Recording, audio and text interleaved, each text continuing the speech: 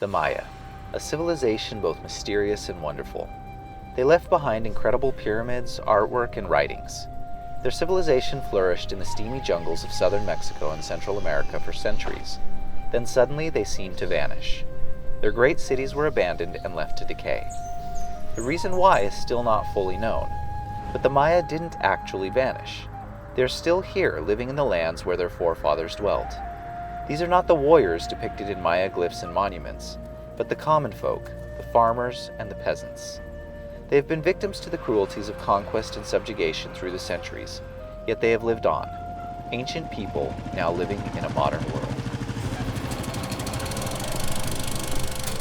Are we there yet?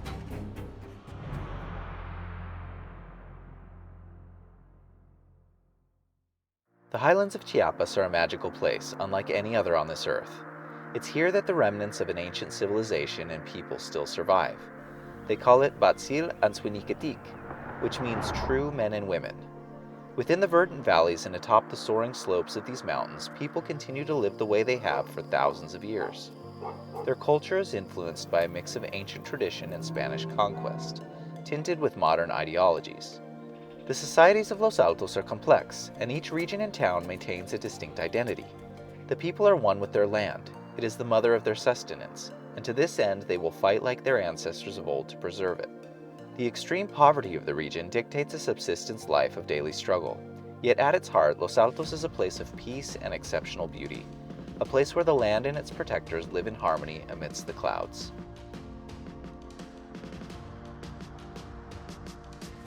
Los Altos is not a tourist destination, but you may have the opportunity to pass through it on your way to other destinations such as Tonina, El Chiflón, or Corralitos, among others. Los Altos is special for a number of reasons, not the least of which is that the modern-day ancestors of the Maya people still live here. This is a video I've wanted to make for a long time because it's about a people and place that mean a lot to our family. While we were in Chiapas, we had the opportunity to visit Los Altos almost every week of our time there, and we made some very dear friends. I will say that this video is a hard one to make for a number of reasons, one of which is that the people of Los Altos are extremely reserved, for reasons I'll talk about later. My ability to make this video was also cut short due to the coronavirus pandemic. I've done my best to present this video and the information I'm sharing with you with as much respect and dignity towards the indigenous peoples as I can. All of the facts and things that I'll be sharing with you are from my direct observation and talking with the indigenous peoples directly. I hope this video is interesting, bringing insight into the culture and heritage of the people of this region. Welcome to Los Altos.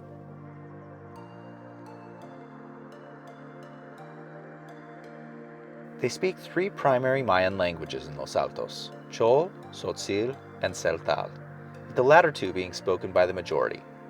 These languages have similarities, but are not the same, and even within the same language, there are regional dialects and differences. This is what Tzotzil sounds like. Kuchaal slumal batsibinik ant, skaktik ta aye lekil kushtehal ta epal abil. And here is Celtal. Slumal batzil vinik ans, bayal bipahal yahnabetik sba. Both these languages are almost exclusively spoken, and although they can be written, the literacy rate in Los Altos is extremely low. Many people cannot read or write at all. In schools in Los Altos, Spanish is taught, and most teachers do not speak native languages. This has caused some worry amongst the people that these indigenous languages are in danger of being lost, as new generations only speak their native tongue and learn to read and write exclusively in Spanish. The truth, however, is that currently there are still very large populations of speakers, many of whom speak no Spanish at all. The Los Altos region does not have formal government, but is divided into municipios, each with a president. In each town, local men meet together about important topics and events and make decisions for the good of the pueblo. There is no state or federal police presence, and laws and town boundaries are enforced by the people. This can admittedly get ugly at times, especially when disputes concern land or grievances with the state and federal governments. Towns that border one another sometimes fight, and invariably, people die. When we were there, we once heard of a man having tires thrown around him and being burned because one village thought he was a spy from a disputing town. As crazy and scary as this sounds, you have to understand where these people are coming from. The indigenous people of Mesoamerica have a history of being persecuted and driven from their lands. The Spanish conquest of Mexico was a time of much fear and bloodshed for the indigenous peoples. In the Los Altos region, several wars were fought that were extremely violent. The tradition of the indigenous inhabitants, especially in the area of Chamula, is that the region is the belly button of the earth, a privileged and special place with relationship to the sun. The further from this sacred spot one goes, the more chaotic the world becomes, with demons and wild beasts. These ancient traditions continue to feed the sentiments of many of the indigenous peoples. They are deeply tied to their land from which they get their sustenance. For this reason, the people are very suspicious of foreigners, and also often very shy. They do not like having their photos taken, and there are still those that believe cameras steal part of your soul. Although the introduction of technology has dispelled many archaic ideas, some people still believe in witchcraft and sorcery. The idea of brujos, or sorcerers, and curanderos, or medicine men, are still definitely a part of the culture of Los Altos. You can see some of these traditions and beliefs in practice in the town of San Juan Chamula, in the city's principal church. The poverty in Los Altos is extreme, and the highest in all of Mexico. People make on average $35 a month to support their families. Most people survive through subsistence farming with crops of corn, soybeans, chayotes, calabazas, and fruits in warmer areas. There are many flocks of sheep, sometimes goats and pigs, and very seldom cows. Chickens are also quite common. Weaving and handicrafts are also a large part of some families' income. Perhaps what Los Altos is best known for is its being a hot seat of the Zapatista movement. The Zapatistas are a guerrilla militant group protesting government involvement in the affairs of the indigenous peoples. Their history is complex, and a whole video could be dedicated to it. This video isn't meant to dive into so complex a topic, but let me give my personal observations on the Zapatistas. As you travel through Los Altos, there are no shortages of reminders that many of the people identify with and share the ideologies of the Zapatista cause. Signs are posted and painted in nearly every pueblo through the mountains, reminding passersby of the conflicts and injustices the indigenous people feel. However, there have been no major conflicts in the region since the year 1994. Although the Zapatistas' declaration of war on the Mexican government has never been withdrawn, protests since the 90s have been peaceful. In 2012, a peaceful demonstration brought over 40,000 supporters out to march in many cities of Chiapas. It was alarming to some to see how quickly they assembled and later disappeared.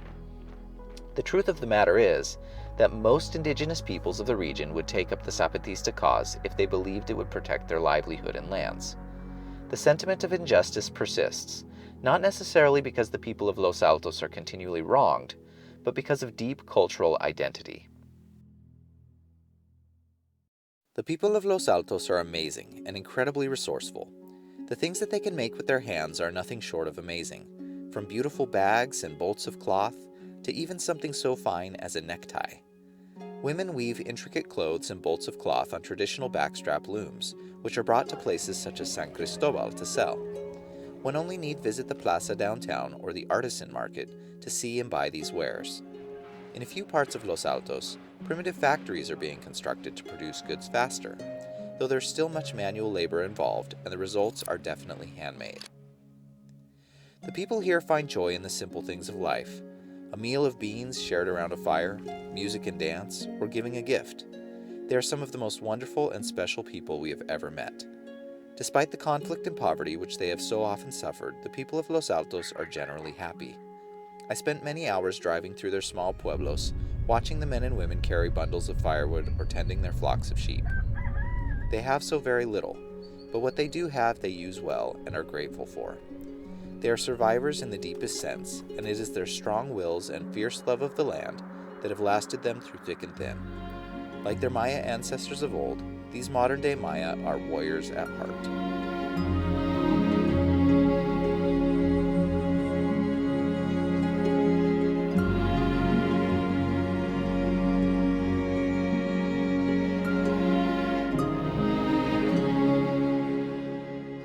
So I'll never forget our last day in Los Altos before we had to leave Mexico due to the coronavirus pandemic.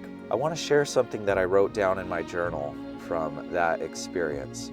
It's something very personal to me, but I want to share it because I think it perfectly reflects the feeling I have towards Los Altos and its people.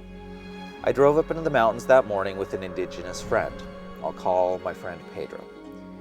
He was an elderly Tzotzil man with dark, tough skin and deep-set wrinkles carved in his features. His face spoke of long hours in the sun, of a life of hardship and toil. He was strong, though, and always carried a woven wool bag, as many of his people do. He only stood up to my shoulder in height, yet I regarded him in every way as my senior. We drove that morning up a back road through the villages and winding mountains of Los Altos, watching the people wake to their daily chores under the bright sunshine and blue skies. We drove far up into the mountains above Chenaló, talking about Los Altos and the cares and worries of the people. Pedro told me how worried he was for the loss of their culture and language. He spoke about the new generations who were leaving Los Altos to go to the big cities, and how old customs were fading. We parked at the top of a mountain and walked through the corn and coffee fields overlooking the valleys below. I thought how strange we must have looked. Me, a blue-eyed white American who probably made more at an hour of work than my friend made in a month. And Pedro with his hand-woven bag, dark Maya complexion, and a few teeth, poor and simple in every way. We sat there that morning in Los Altos at the top of that mountain, and we were exactly the same. Though outsiders may have viewed us as an odd friendship, we looked over the land and were united in our love for its people and its beauty. We talked about Pedro's hopes and dreams for his people. We talked about the problems they've faced, past and future. And as we turned our eyes from the beautiful vistas, we both expressed our love for this incredible place called Los Altos.